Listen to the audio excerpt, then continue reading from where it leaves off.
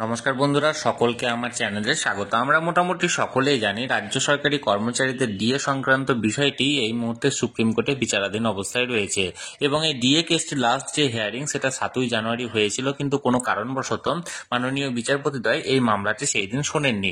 এখন এই DA case নিয়ে একটি অত্যন্ত গুরুত্বপূর্ণ খবর সামনে এসেছে। কি সেই খবরে কি বলা হয়েছে এবং কতটা গুরুত্বপূর্ণ, সকল কিছু আজকের ভিডিওতে বিস্তারিতভাবে আলোচনা করব।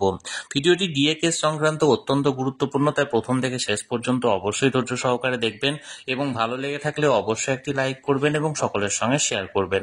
আর সেই সাথে এই চ্যানেলে যদি প্রথমবার হয়ে থাকেন এই রকমের ইনফরমেটিভ ভিডিও আরো দেখার জন্য যারা এখনো পর্যন্ত এই চ্যানেলটিকে সাবস্ক্রাইব করেননি তারা অবশ্যই চ্যানেলটিকে সাবস্ক্রাইব করে নিতে ভুলবেন না।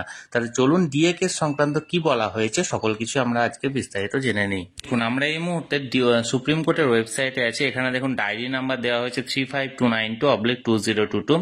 এখানে the state of West Bengal versus confederation of state government employees West Bengal, অর্থাৎ পক্ষ দুটির নাম দেওয়া হয়েছে। বা দেখুন কেস ডিটেলস এর ডায়েরি নাম্বার দেওয়া হয়েছে, সেকশন 16 সমস্ত কিছু দেওয়া হয়েছে এবং যে সেটা হচ্ছে পেন্ডিং, অর্থাৎ এখনো পর্যন্ত কেসটি ঝুলে আছে।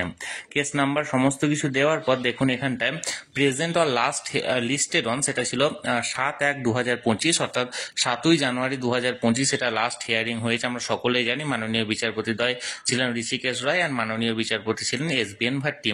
এই দুজনের এজলাসে এই কেসটি লাস্ট শুনানি হয়েছিল। এরপর দেখুন স্ট্যাটাসটা হচ্ছে কি পেন্ডিং আছে। এবার দেখুন এখানটায় ভালো করে লক্ষ্য করলে দেখতে পাবেন লিস্ট 1 ডেট 25/3/2025, অর্থাৎ final disposal at admission stage civil cases list 1 date. দেখুন রেড কালিতে লেখা আছে 25/3/2025, অর্থাৎ এই কেসটির পরবর্তী যে শুনানির ডেট সেটা 25/3/2025, অর্থাৎ আগামী 25শে মার্চ করা হয়েছে। কিন্তু যে বিষয়টি হলো এখানে সেটা হচ্ছে আমরা আগের কয়েকটি হিয়ারিং এ দেখেছিলাম মাননীয় বিচারপতি ঋষিকেশ রায় এবং মাননীয় বিচারপতি SBN ভাট্টি এই দুজনের এজলাসে ডিএ কেসটি বারবার শুনানি হয়েছে, কিন্তু এই ঋষিকেশ রায় অর্থাৎ মাননীয় বিচারপতি ঋষিকেশ রায় এই জানুয়ারি মাসে অবসর গ্রহণ করছেন। সুতরাং এই ঋষিকেশ রায়ের জায়গায় নতুন কোনো বিচারপতি আসবেন এবং SBN ভাট্টি এবং তার সাথে অন্য একজন বিচারপতি মিলে এই কেসটি শুনানি করবেন।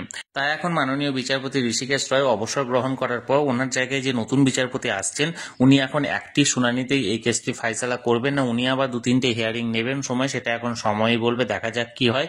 আমি সবসময় চোখ রেখেছি, যে কোনো আপডেট পাওয়া মাত্র আপনাদের সঙ্গে তৎক্ষণাৎ সেটা শেয়ার করে দেবো। তাই ভিডিওটি ভালো লেগে থাকলে অবশ্যই একটি লাইক করুন এবং সকলের সঙ্গে শেয়ার করুন। আর সেই সাথে এই চ্যানেলে যদি প্রথমবার হয়ে থাকেন এই রকমের ইনফরমেটিভ ভিডিও আরো দেখার জন্য যারা এখনো পর্যন্ত এই চ্যানেলটিকে সাবস্ক্রাইব করেননি তারা অবশ্যই চ্যানেলটিকে সাবস্ক্রাইব করে রাখুন। ধন্যবাদ, দেখা হচ্ছে পরের ভিডিওতে।